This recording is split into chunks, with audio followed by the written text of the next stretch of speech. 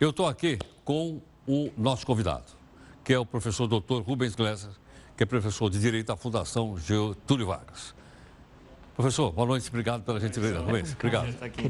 Rubens, vamos começar pelo começo para eu poder entender. Sempre bom começar pelo começo. Bom, o que é exatamente desacato? Tá bom, desacato é um crime previsto no Código Penal há muitos anos, há muitas décadas, que é você ofender um funcionário público pelo que ele está fazendo no trabalho. Então isso pode ser desde um cartorário, um policial, um juiz, um deputado. Então aquela história... Um deputado também? Também, qualquer funcionário público, que daí você ofende, ele fala, sabe quem está falando? E dependendo de quem está falando... Aí ele puxa aquela carteira... Pois é, e daí você não está só ofendendo, é crime.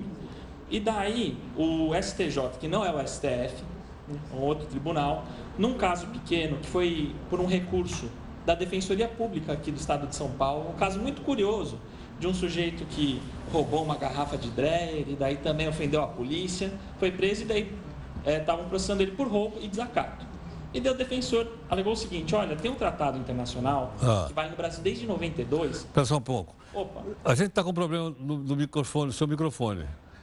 Dá para a gente arrumar ou não? Então, dá uma olhadinha no microfone do professor Rubens Gleiser, que eu estou com dificuldade de acompanhá-lo. Tá, não tem problema. Dá uma olhadinha, vê se está ligado o microfone do professor, por favor. Vem lá direitinho aí. Tudo bem? Obrigado. Agora sim. Tá.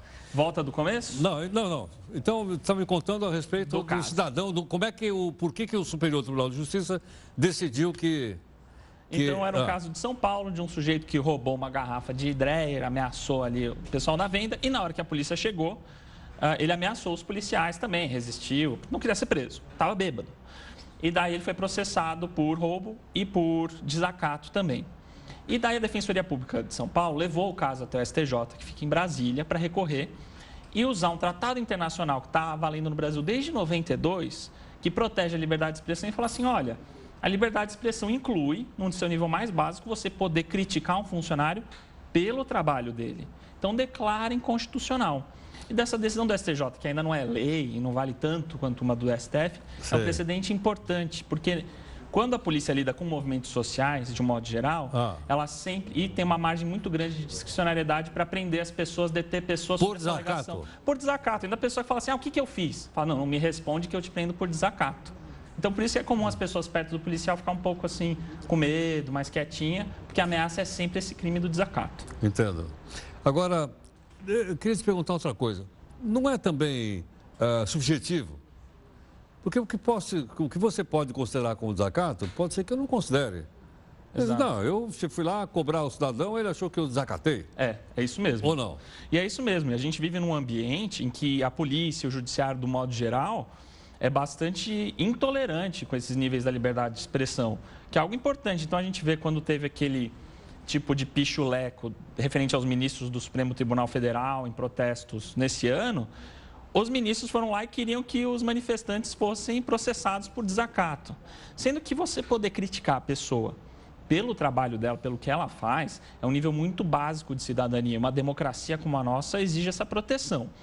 O que a decisão fala é o seguinte, mas se você ofende a pessoa pelo que ela faz na vida dela, então opção sexual, religiosa, estética, tanto faz, está sujeito a alguns crimes de injúria, difamação, ou você causou algum prejuízo, vai pagar dinheiro, mas não é um crime. E daí você tirou da polícia essa possibilidade de ficar detendo as pessoas, olhou torto, desacato.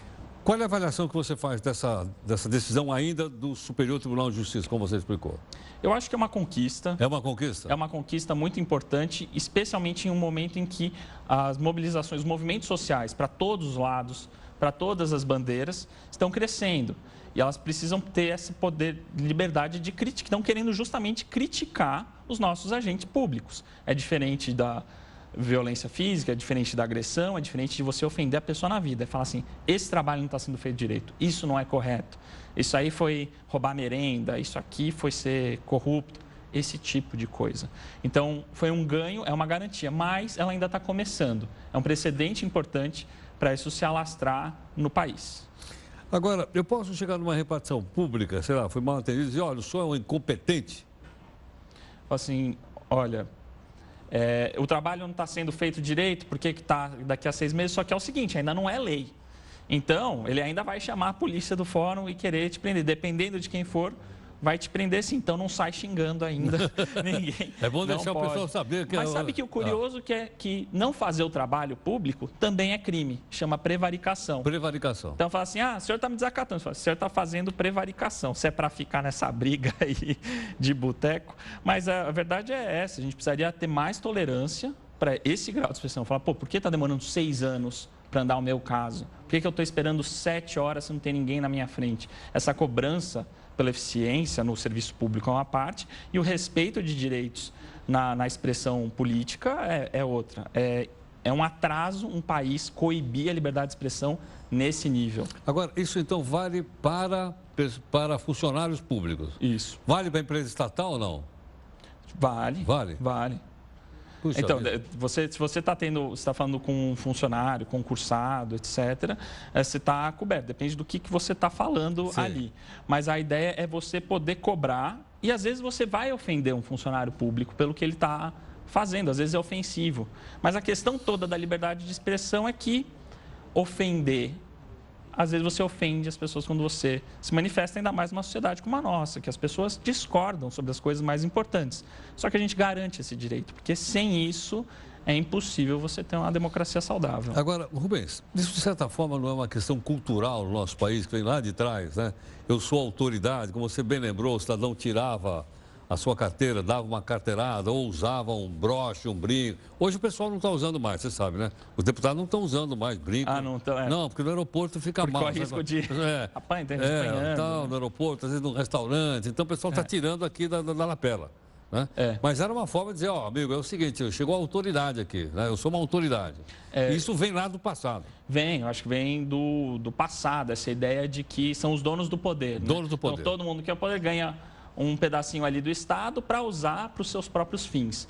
E acho que você não poder criticar é parte disso. Não é que você, como cidadão, tem que ser servido pelo Estado. Você tem que respeitar o poder de quem está ali. Então, eu acho que é um recado também importante de falar o seguinte, olha, essa cultura não tem mais espaço. E os membros do poder político que não entenderem que a gente vive uma realidade diferente, pelo menos de 2012, 2013 para cá, não vão ter como continuar no poder.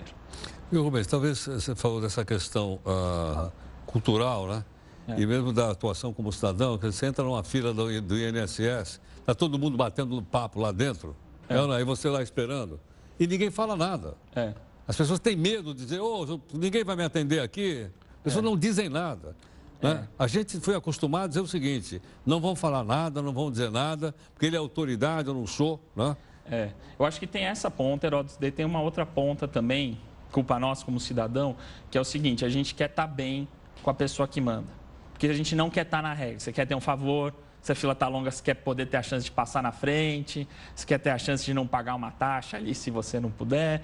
Então, a gente tem um ambiente, então quem está no poder se vale disso para usar o poder de uma forma privada, mas as outras pessoas também não estão querendo impor a regra, elas não querem que a regra valha para elas querem um atalho, um caminho especial e por isso não usar a regra. O chamado jeitinho brasileiro. O jeitinho brasileiro. Então, é uma hora de ruptura com isso. Eu acho que as pessoas que não querem corrupção também têm que aceitar que são iguais às outras e a regra se aplica para todo mundo, inclusive para elas. Eu acho que daí nessa cultura a gente tem mais chance de viver numa democracia um pouco mais saudável e com instituições um pouco mais sólidas. Ou seja, das pessoas entenderem quais são os direitos da sua cidadania. Lógico que você não vai xingar ninguém, não vai tratar ninguém.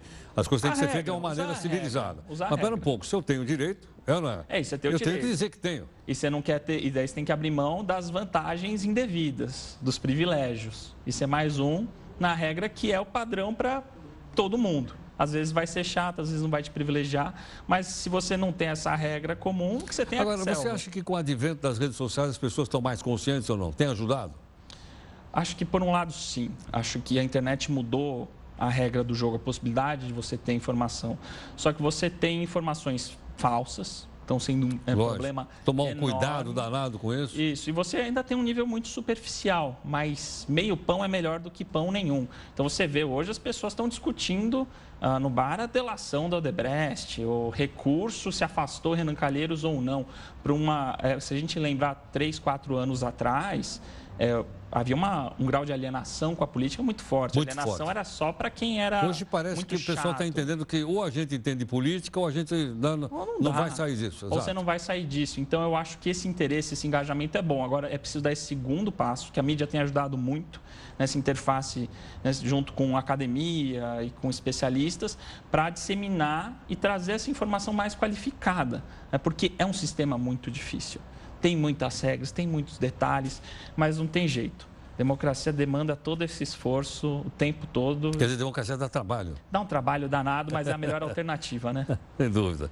Rubens, vamos conversar mais um pouquinho aqui no portal, tudo bem? Ótimo.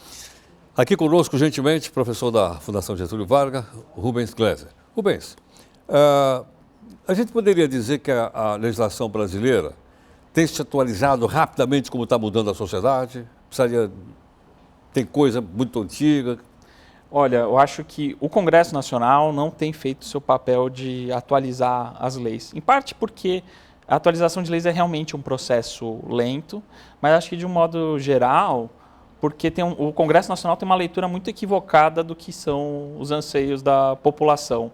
Então as respostas são muito equivocadas, assim. Eu acho que eles tendem a fazer uma saída rápida, às vezes endurecer uma pena aqui, outra ali, ou às vezes tem um anseio popular muito claro e se deturpa, que é um pouco a história do que está acontecendo com as 10 medidas contra a corrupção, que daí de repente vira uma briga entre judiciário e legislativo. Então o que as pessoas estão fazendo, de um modo geral, é depositar sua fé no judiciário, que às vezes faz isso bem, às vezes faz isso mal e às vezes faz fora da sua competência. E aí a gente começa a ter uns outros problemas. Rubens, obrigado pela gentileza. Obrigado, eu que agradeço. Muito obrigado.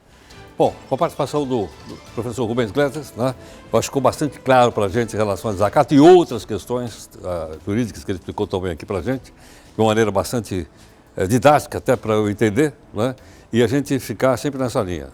Desacato, né, cobrar não é xingar ninguém, não é ser deselegante, tá? A gente, como cidadão, né, tem o direito, por exemplo, de ser atendido, tá certo? Então, mais ou menos por aí que a gente vai avançar. Já já a gente volta.